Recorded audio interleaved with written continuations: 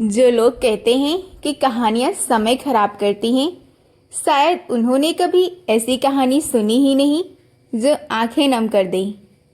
नमस्कार दोस्तों, आप सुन रहे हैं बुक क्लब, साहित्य की दुनिया से लाई एक ऐसी अनोखी कहानी।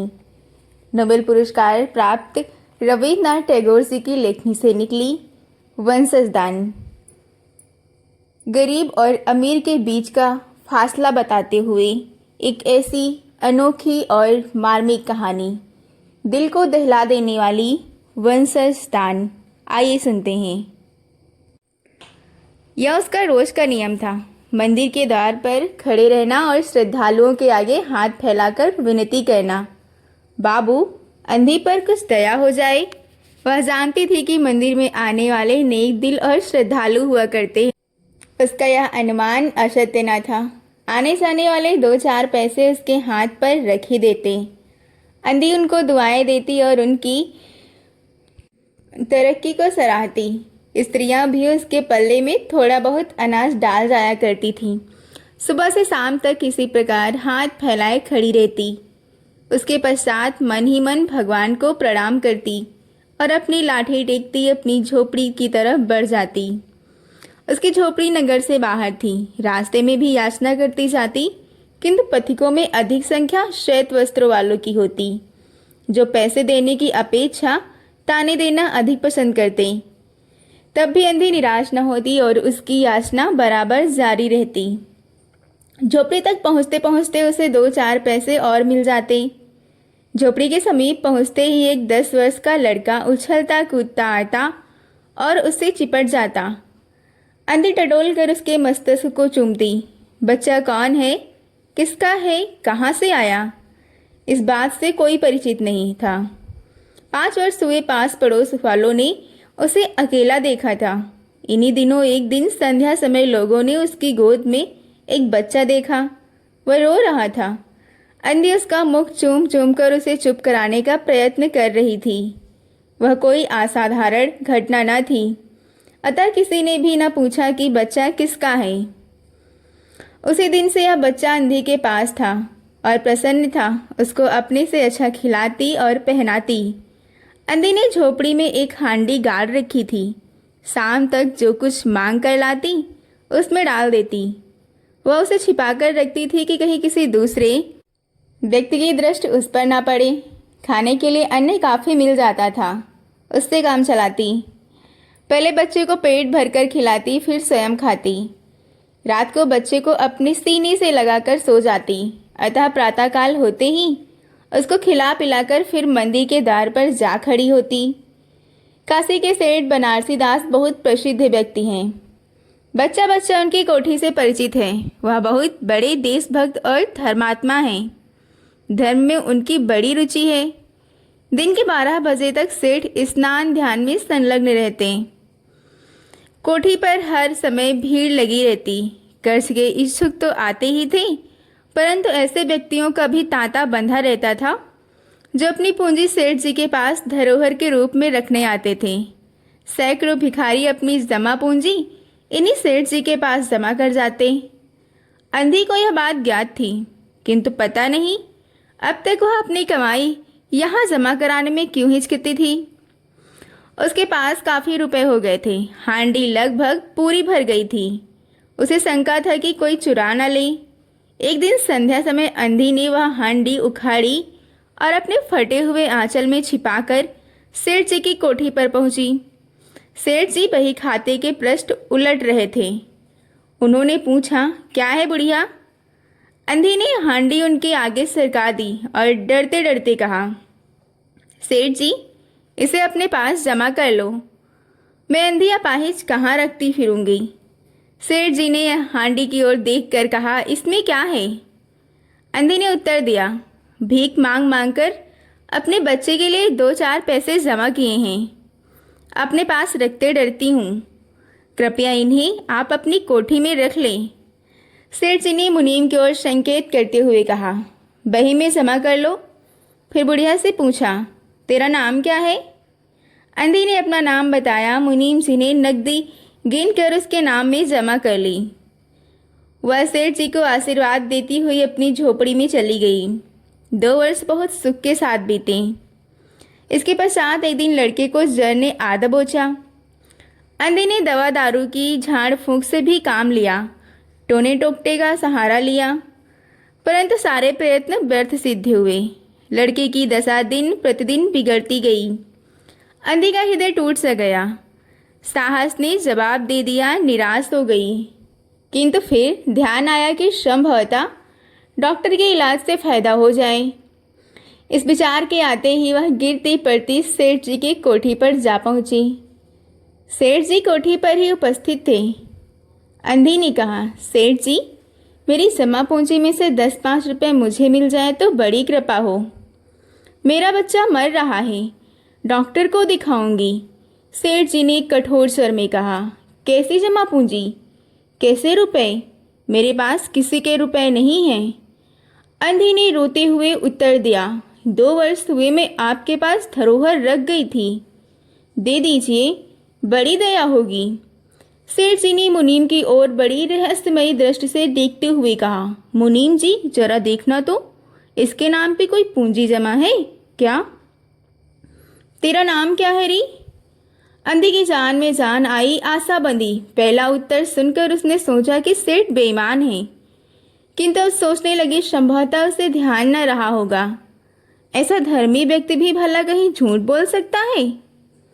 उसने अपना नाम बता दिया। मुनीम जी ने उलट पलट कर देखा, फिर कहा, नहीं तो इस नाम पर 1 पाई भी जमा नहीं है। अंधी वहीं जमी बैठी रही। उसने रो रो कर कहा, सेठ जी, परमात्मा के नाम पर, धर्म के नाम पर कुछ दे दीजिए, मेरा बच्चा जी जाएगा, मैं जीवन भर आपके गुण गाऊंगी। परंतु सेठ न पिघला, बल्कि क्रुद्ध होकर उत्तर दिया, जाती है या नौकर को बुलाऊं? अंधी लाठी टेक कर खड़ी हो गई और सेठ जी की ओर मुंह करके बोली, अच्छा, भगवान तुम्हें बहुत दे। कोठे से बाहर आकर वह अपनी झोपड़ी की ओर चल दी। यह आशीष न था, बल्कि एक दुखी साप था। बच्चे की दशा बिगड़ती गई, दवा दारू हुआ ही नहीं, फायदा क्यों कर होता। एक दिन उसकी अवस्था चिंताजनक हो गई, प्राणों के लाले पड़ गए। उसके जीवन से अंधी भी निराश हो गई। सेठ जी पर रह रहकर उसे क्रोध आता था। इतना धनी व्यक्ति है, 2-4 रुपए दे देता तो क्या चला जाता, और फिर मैं उससे कुछ दान नहीं मांग रही थी, अपने ही रुपए मांगने गई थी। उसे सेठ जी से घृणा हो गई। बैठे बैठे उसको कुछ ध्यान आया। उसने बच्चे को अपनी गोद में उठा लिया और ठोकरें खाती गिरती पड़ती सेठ जी के पास फिर पहुंची और उनके द्वार पर धरना देकर बैठ गई। इधर बच्चे का शरीर जाड़ से भभक रहा था, उधर अंधी का कलेजा। एक नौकर किसी काम से बाहर आया। अंधी को बैठा देखकर उसने सेठ जी को सूचना दी। सेठ जी ने आज्ञा दी कि उसे भगा दो। नौकर ने अंधी के चले जाने को कहा, किंतु वह उस स्थान से ना हिली। मारने का भय दिखाया, पर वह टस से मस न हुई। उसने फिर अंदर जाकर कहा कि वह नहीं टलती। सेठ जी स्वयं बाहर पधारे। देखते ही पहचान गए। बच्चे को देखकर उन्हें बहुत आश्चर्य हुआ कि उसकी शक्ल सूरत उनके मोहन से बहुत मिलती जुलती है। 7 वर्ष हुए थे तब मोहन किसी मेले में खो गया था। उसकी बहुत खोज की, पर उसका कोई पता न मिला। उन्हें याद आया कि मोहन की जांघ पर एक लाल रंग का चिन्ह था। इस विचार के आते ही उन्होंने अंधे की गोद से बच्चे की जांघ देखी। चिन्ह अवश्य था, परंतु पहले से कुछ बड़ा। उन्हें विश्वास हो गया कि बच्चा उन्हीं का है। उन्हें तुरंत उसको छीनकर अपने कलेजे से चिपटा लिया। शरीर जड़ से तप रहा था। नौकर को डॉक्टर लाने के लिए भेजा और स्वयं मकान के अंदर चले गए। अंधी खड़ी हो गई और चिल्लाने लगी, मेरे बच्चे को ना ले जाओ, मेरे रुपए तो हजम कर गए, अब क्या मेरा बच्चा भी मुझसे छीनोगे? सेठ जी बहुत चिंतित हुए और कहा, बच्चा मेरा है, यही एक बच्चा है। 7 वर्ष पूर्व कहीं खो गया था, अब मिला है, सो इसे कहीं नहीं जाने दूंगा और लाख यत्न करके भी इसके प्राण बचाऊंगा। अंधी ने जोर से एक ठहाका लगाया। तुम्हारा बच्चा है, इसलिए लाख यत्न करके भी उसे बचाओगे। मेरा बच्चा होता तो उसे मर जाने देते, क्यों? यह भी कोई न्याय है? इतने दिनों तक खून पसीना एक करके उसे पाला है, मैं उसे अपने हाथ से नहीं जाने दूंगी। सेठ जी की अजीब दशा थी, कुछ करते धरते बन नहीं पड़ता था। कुछ देर वही मौन खड़े रहे, फिर मकान के अंदर चले गए। अंधी कुछ समय तक तो खड़ी रोती रही, फिर वह भी अपनी झोपड़ी की ओर चल दी। दूसरे दिन प्रातःकाल प्रभु की कृपा हुई या दवा ने जादू का असर दिखाया। मोहन का ज्वर उतर गया। होश आने पर उसने आंखें खोली तो सर्वप्रथम शब्द उसकी जबान से निकला, माँ। चारों ओर अपरिचित शक्लें देखकर उसने अपने नेत्र फिर बंद कर लिए। ज्वर फिर अधिक होना आरंभ हो गया। उसने माँ माँ की रट लगाई हुई थी। डॉक्टरों ने जवाब दे दिया था। सेठ जी के हाथ पांव फूलने लग गए। चारों ओर अंधेरा गहरा गया था। क्या करूं? एक ही बच्चा है, इतने दिनों के बाद मिला भी तो मृत्यु उसको अपने चंगुल में दबा रही है। इसे कैसे बचाऊं? सहसा उनको अंधी का ध्यान आया। फिर पत्नी को बाहर भेजा कि देखो वह अब तक द्वार पर न बैठी हो, परंतु वह वहाँ कहाँ। सेठ जी ने फिर फिटन तैयार कराई और बस्ती के बाहर उसकी झोपड़ी पर पहुँचे। झोपड़ी बिना द्वार के थी। अंदर गए, देखा तो अंधी एक फटे पुराने टाट पर पड़ी है और उसके नेत्रों से अश्रुधारा बह रही है। सेठ जी ने धीरे से उसको हिलाया। उसका शरीर भी अग्नि की भांति तप रहा था। सेठ जी ने कहा, बुढ़िया, तेरा बच्चा मर रहा है। डॉक्टर निराश हो गए हैं। रह रहकर वह तुझे पुकारता है। अब तू ही उसके प्राण बचा सकती है। चल और मेरे नहीं तो अपने बच्चे की जान बचा ले। अंधी ने उत्तर दिया, मरता है तो मरने दो, मैं भी मर रही हूँ। हम दोनों स्वर्गलोक में फिर माँ बेटी की तरह मिल जाएंगे। इस लोक में स्वर्ग सुख नहीं है, वहाँ मेरा बच्चा सुख में रहेगा। मैं वहाँ उसकी खूब सेवा शुश्रूषा करूँगी। सेठ जी रो दिए। आज तक उन्होंने किसी के सामने सिर न झुकाया था, किंतु इस समय अंधे के पांवों पर गिर पड़े और रो रो कर कहा, ममता की लाज रख लो, आखिर तुम भी उसकी माँ हो। चलो, तुम्हारे जाने से वह बच जाएगा। ममता सब ने अंधी को विकल कर दिया। उसने तुरंत कहा, अच्छा चलो। सेठ जी सहारा देकर उसे बाहर लाए और फिटन पर बिठा दिया। फिटन घर की ओर दौड़ने लगी।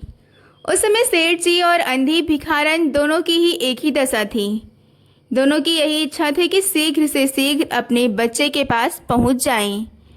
कोठी आ गई। सेठ जी ने सहारा देकर अंधी को उतारा और अंदर ले गए। भीतर जाकर अंधी ने मोहन के माथे पर हाथ फेरा। मोहन पहचान गया कि यह उसकी माँ का हाथ है। उसने तुरंत नेत्र खोल दिए और उसे अपने समीप खड़े हुए देखकर कहा, माँ तुम आ गई। अंधी भिखारन मोहन के सिरहाने बैठ गई और उसने मोहन का सिर अपनी गोद में रख लिया। उसे बहुत सुख अनुभव हुआ और वह उसकी गोद में तुरंत सो गया। दूसरे दिन मोहन की दशा अच्छी होने लगी और 10-15 दिन में वह बिल्कुल स्वस्थ हो गया। जो काम हकीमों के, वैद्यों की पुड़ियाँ और डॉक्टरों की मिक्सचर ना कर सके, वह अंधी की ममतामयी सेवा ने पूरा कर दिया। मोहन ने पूरी तरह स्वस्थ हो जाने पर अंधी की विदा ली। सेठ जी ने बहुत कुछ कहा सुना कि वह उन्हीं के पास रह जाए, परंतु वह सहमत न हुई। विवश होकर उन्हें विदा करना पड़ा। जब वह चलने लगी तो सेठ जी ने रुपयों की एक थैली उसके हाथ में दे दी। अंधी ने पूछा, इसमें क्या है? सेठ जी ने कहा, इसमें तुम्हारी धरोहर है, तुम्हारे रुपए, मेरा वह अपराध। अंधी ने बात काट कर कहा, यह रुपए तो मैंने तुम्हारे मोहन के लिए संग्रह किए थे, उसी को दे देना। अंधी ने थैली को वहीं छोड़ दिया और लाठी टेकती हुई चल दी। उसके नेत्रों से अश्रु बह रहे थे, किंतु वह एक भिखारिन होते हुए भी सेठ से महान थी। आज सेठ भिखारी था और वह थी दाता।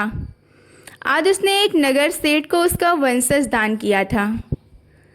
तो दोस्तों कमेंट में ज़रूर बताइएगा कि कहानी कैसी लगी, और कहानी पसंद आई हो तो वीडियो को लाइक कीजिएगा, चैनल को सब्सक्राइब कीजिएगा। धन्यवाद।